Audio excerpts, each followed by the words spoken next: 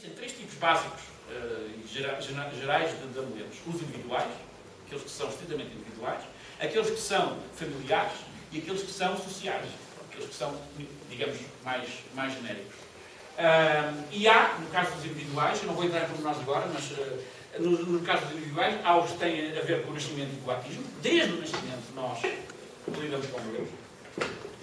Hoje não é tão evidente, mas ainda. Reparem, há sempre uma criancinha que tem uma pulseirinha na mão, ou no pulsozinho, porque a pulseirinha tem que lá estar, tem que ser muito apertada, às vezes eu as criancinhas são assustadíssimas, mas lá está a pulseirinha, não é? Ou qualquer coisa, um dichezinho, uma cambolhada, que é um diche e cambolhada são os nomes que se dá aos amuletos compostos. Ou seja, em vez de ter um, tem vários, porque se forem vários, tem mais força que um só. Não é? Então aparece o signo de Saimão, a meia-lua, a figa, tudo junto, não é? E etc. O trevo de 4 folhas, o cornicho, tudo junto. Não é? Numa coisa que se chama diche, cambolhada, a relíquia tem vários nomes, consoante da região, mas é conhecido universalmente. Bem, portanto, desde o nascimento e o batismo, que essas coisas são evidentes, há até alguns tabus que têm a ver, antes do indivíduo, do recém-nascido, já a mãe está a sofrer as consequências, exatamente, de vir um filho a caminho, e portanto os amuletos já estão a funcionar também a esse nível. Há certo tipo de atitudes que as pessoas entendem como, hoje em dia, entendem como atitudes festivas, que não são nada festivas, são amuléticas, são profiláticas. Trazer os sinos, por exemplo, quando nasce uma criança ou quando alguém está em trabalho de parto, não é festival. É uma atitude de proteção. Não é? Tal como o rolo das telhas, como já vos disse. O rolo das telhas tem a ver exatamente com a necessidade. Tem que ser feita pelo pai. Tem que ser o pai a roubar a telha. E ir entregá-la ao destino. Normalmente é uma capela, um santo. Consoante a região, varia. E portanto há capelas, quando vocês virem e forem uma capela, sobretudo lá para os lados, lá para o Minho, e encontrarem dentro da capela telhas, não caíram no teto. Já? Vão ver? Foram lá à porta, por alguém que trouxe para este efeito. Bem, depois as orações, também. Depois há os amuletos específicos de infância, adolescência e idade adulta. Consoante a idade do indivíduo, assim os amuletos podem assumir também formas diferentes e formas mais complexas. Eu dou-vos um exemplo de alguns. Nós temos praticamente todos os amuletos fundamentais apresentados na exposição. Desde a figa, o signo de Saimão, que é um amuleto que aparece sob várias formas, já vamos ver lá embaixo depois. O trevo, sobretudo o trevo de 4 folhas, evidentemente. O coração, ninguém diria que o coração é um amuleto, mas é um amuleto. Também é um amuleto.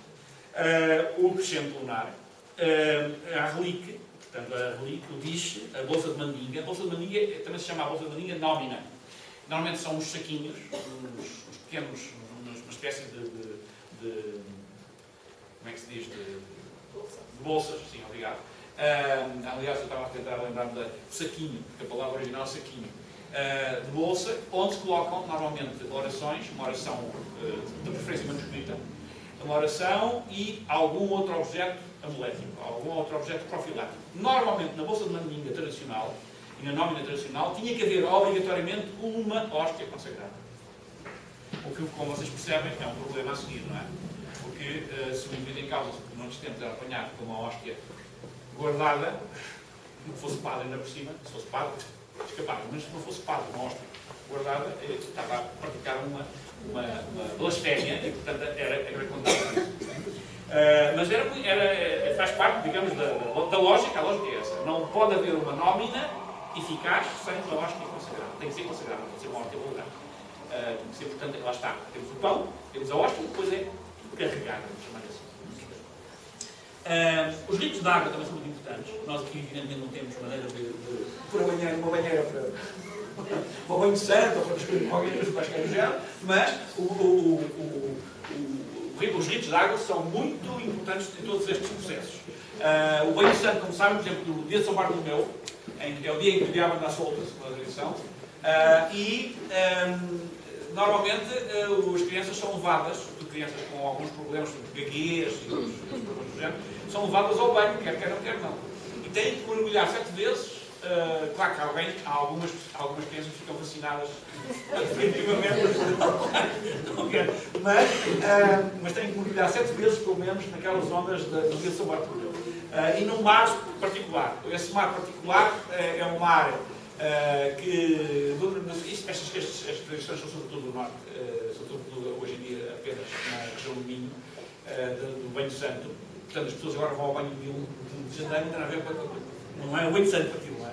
É outra coisa. Portanto, o Banho Santo é no dia de São Bartolomeu e obedece a um ritual. Aliás, todas estas práticas obedecem a rituais. Não é simplesmente tomar o banho, não é simplesmente mergulhar. É fazê-lo de alguma maneira. Normalmente tem que se ter em consideração a imparidade. Isto é, temos que usar 3, 5, 7, 9, sempre impares, sempre números impares. Porque se for no número par, se rezar no número par, se mergulhar no número par, funciona.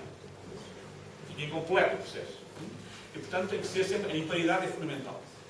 Bem, depois há ritos de fogo também, e da atmosfera. É preciso, às vezes, lidar com o fogo e com os elementos. É um momento engraçado, este aqui.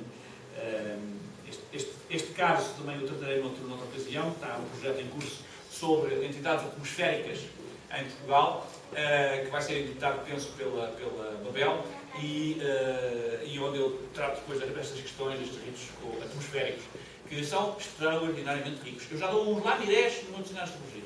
Porque a astrologia, noutros tempos, tinha que fazer os ventos. Hoje em dia, os astrólogos não ligam nada aos ventos. Os ventos são fundamentais na astrologia. Nós estamos a perder, temos aquilo que chamamos a tradição, estamos a perder muito. Perdemos imensa coisa. Na astrologia, por exemplo, perderam-se os ventos, além de outras coisas. Mas os ventos eram fundamentais na definição do tempo astrológico. Depois, na saúde e enfermidade, temos, sobretudo, as vencedoras, que não são orações exclusivamente, que são também manipulações, mas que eram associadas a orações.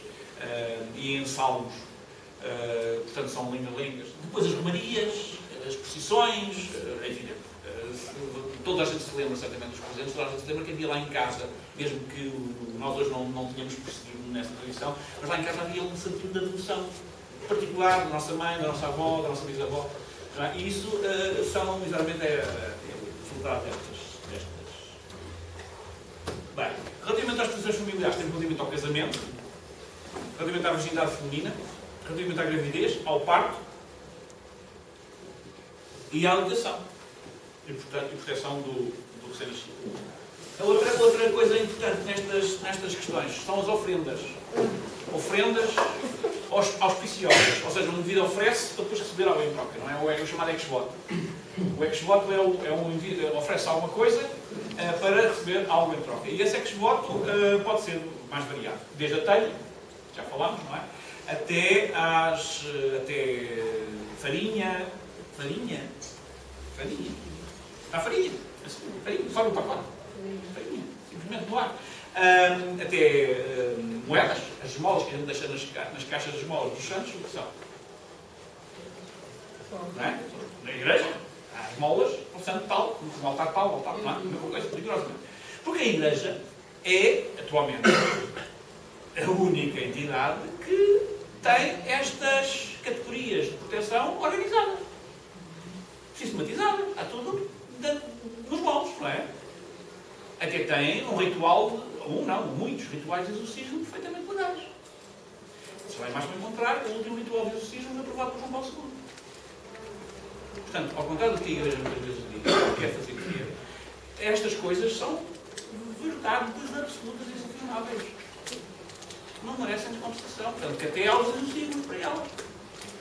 Não para que serviriam os exorcismos, se não houvesse necessidade deles, não é? Portanto, é uma comprovação disso mesmo. Bem, outra área muito interessante, também, mas não vou só citá-la, referi-la, é o problema da morte, que é o tabu dos tabus. A morte é uma coisa terrível, porque cai a todos, ainda por cima, não é? E, portanto, é inexorável, mas toda a gente anda a fugir dela. Morte, não é? É como se o indivíduo não tivesse que morrer um dia.